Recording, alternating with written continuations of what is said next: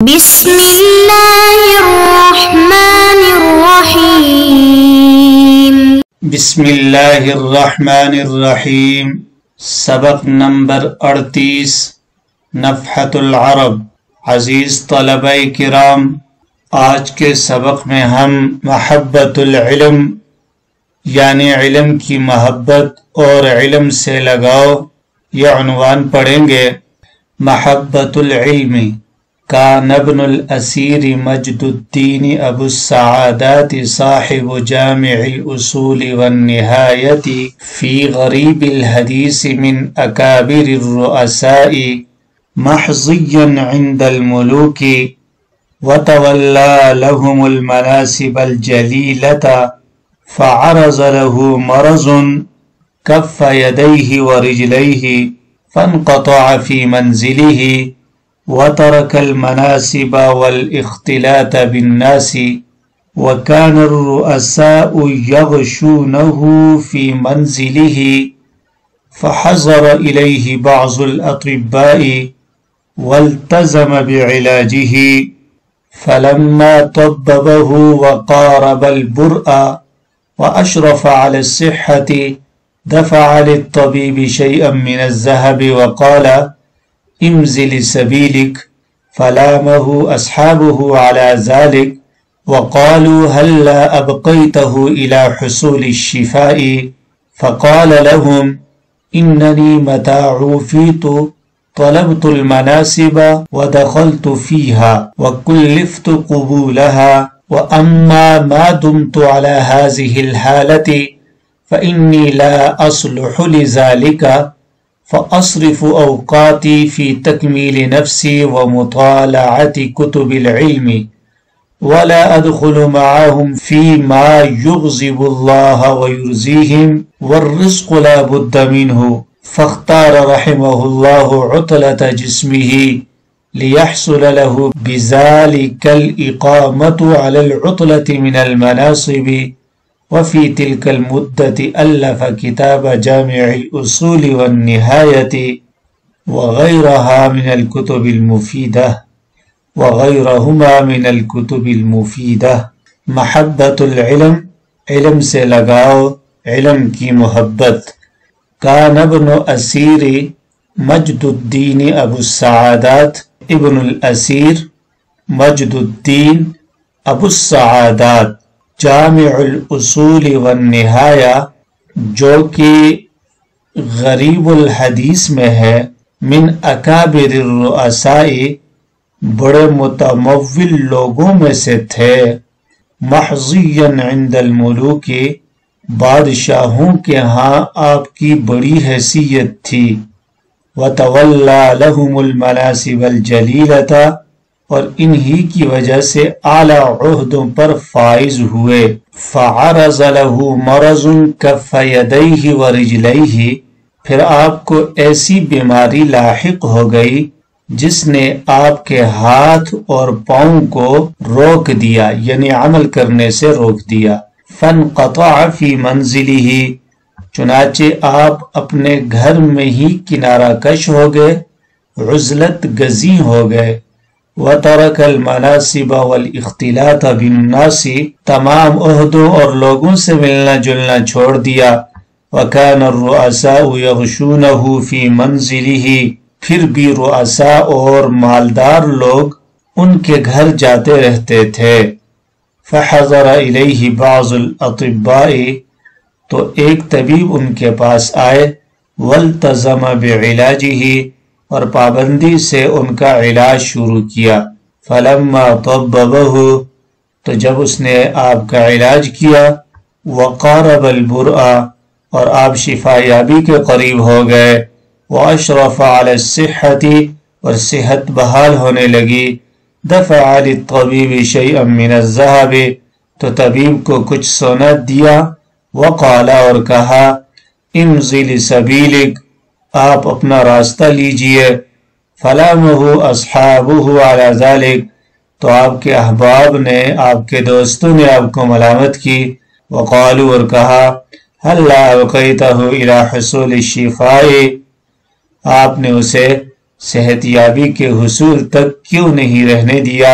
فقال لهم، تو آپ نے ان کو جواب میں کہا اننی متى عوفیت طلبت المناصب، کہ جب میں صحت یاب ہو جاؤں گا تو مناصب کے لیے طلب کیا جاؤں گا، ودخلت فیہا، اور مجھے ان مناصب میں شامل کیا جائے گا، داخل کیا جائے گا، وکلفت قبولہا، اور انہیں قبول کرنے کا مکلف بنایا جائے گا، وَأَمَّا مَا دُمْتُ عَلَى هَذِهِ الْحَالَةِ، اور جب تک میں اس حالت پر رہوں گا، فَإِنِّي لَا أَصْلُحُ لِذَلِكَ، تو میں اس کی یعنی ان مناصب کی اہلیت ہی نہیں رکھوں گا، فَأَصْرِفُ أَوْقَاتِي فِي تَكْمِيلِ نَفْسِي، اس لیے میں اپنے اوقات اپنے نفس کی تکمیل میں، وَمُطَالَعَةِ كُتُبِ الْعِلْمِ، اور کتابوں کے مطالعے میں صرف کروں گا، وَلَا أَدْخُلُ مَعَهُمْ فِي مَا يُغْضِبُ اللَّهَ وَيُرْضِيهِمْ، اور میں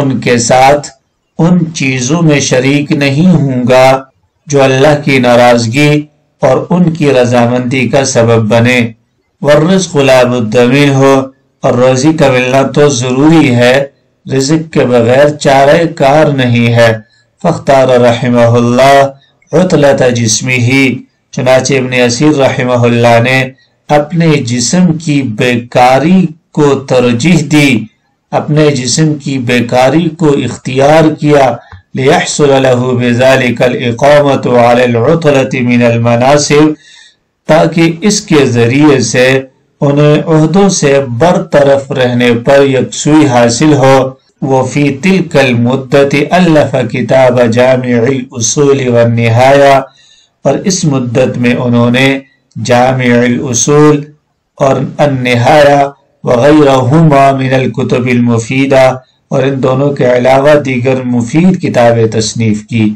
غیرہما یعنی جامع الاصول اور النہایہ کے علاوہ مفید کتابیں تصنیف کی۔ حل لغات، کان ابن الاسیر، ابن الاسیر مجد الدین ان کا لقب ہے، ابو السعادات کنیت ہے، ان کا اصل نام مبارک، والد کا نام محمد اور والد کی کنیت ابو الکرم ہے۔ ابن الاسیر مشہور ہیں، آپ 544 ہجری میں جزیرہ ابن عامر کے مقام پر پیدا ہوئے اور یہی پروان چڑھے، نشو نما پائی، ائمہ کبار سے علم نحو، علم الحدیث اور دیگر علوم حاصل کیے، اور پھر اس کے بعد موصل شہر منتقل ہو گئے اور یہاں پر ایک عرصہ تک شاہ مجاہد الدین قائماز کی خدمت میں رہتے رہے۔ اس کے بعد عز الدین مسعود کا قرب حاصل ہوا، اور عز الدین مسعود کی وفات کے بعد اس کے بیٹے نور الدین ارسلان شاہ کے ہاں آپ کو ایک خاص مقام حاصل ہوا۔ آخر عمر میں کسی عارضہ کی بنا پر معذور ہو گئے تھے، اس لیے آپ جملہ عہدوں سے دستبردار ہو کر عزلت گزی ہو گئے، کنارہ کشی اختیار کر لی، اور اسی یکسوئی کی مدت میں، کنارہ کشی کی مدت میں، النہایہ 4 جلدوں میں، اسی طریقے سے آپ کی مشہور کتاب جامع الاصول جس کے 10 اجزاء ہیں یہ تصنیف فرمائی، اور 606 ہجری کے اندر آپ نے وفات پائی۔ غریب الحدیث، غریب الحدیث یہ علم الحدیث کا ایک فن ہے، یعنی وہ علم جس میں احادیث غریبہ سے بحث کی جائے تو اس علم کو علم غریب الحدیث کہتے ہیں۔ اکابر اکبر کی جمع ہے۔ محضین، حضی یحظا حزتن حزوتن، حصہ پانا، حضی یحظا حزوتن حزتن، رتبے والا ہونا، نصیب والا ہونا۔ حضی صاحب رتبہ، وتولا، تولا یتولا تولین، سونپنا، سپرد کرنا۔ مناصب منصب کی جمع ہے۔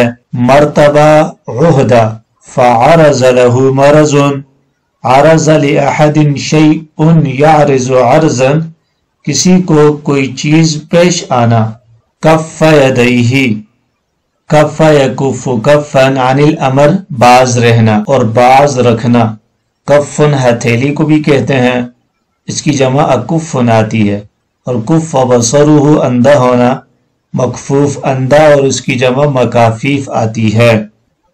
یغشونہ غشا یغشو غشون باب نصر ینصر سے کسی کے پاس آنا. غشیہ یغشا غشانن کسی کا پاس آنا. غشیہ یغشا غشین غشایتن اس کا معنی ہے ڈھانکنا.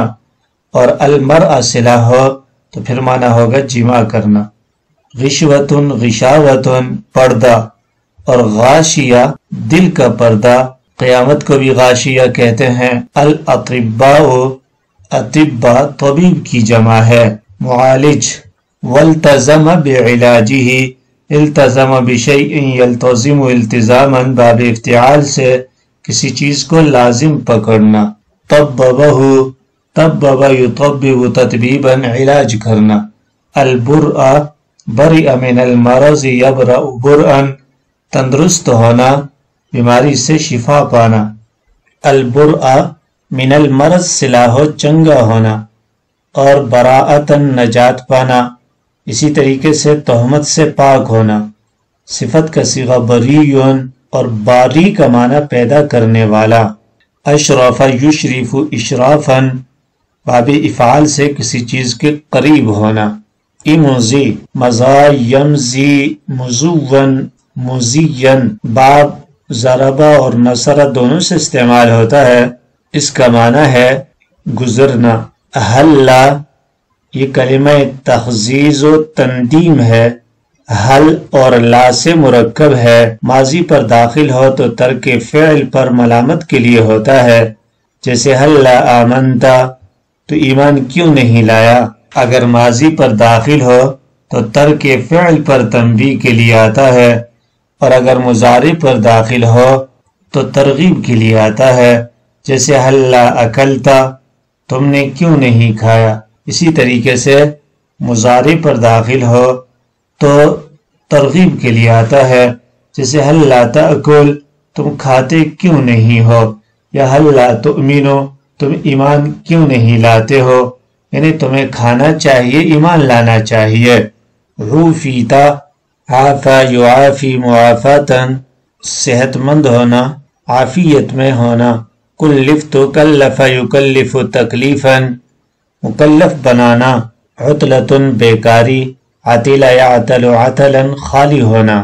وغیرہ اور بعض کتابوں میں وغیرہما ہے کہ جامع الاصول والنہایہ دونوں کی طرف نسبت کر کے وغیرہما تثنیہ کی ضمیر لائے ہیں. من اکابر الرؤساء یہ کائنن کے متعلق ہو کر خبر ہے.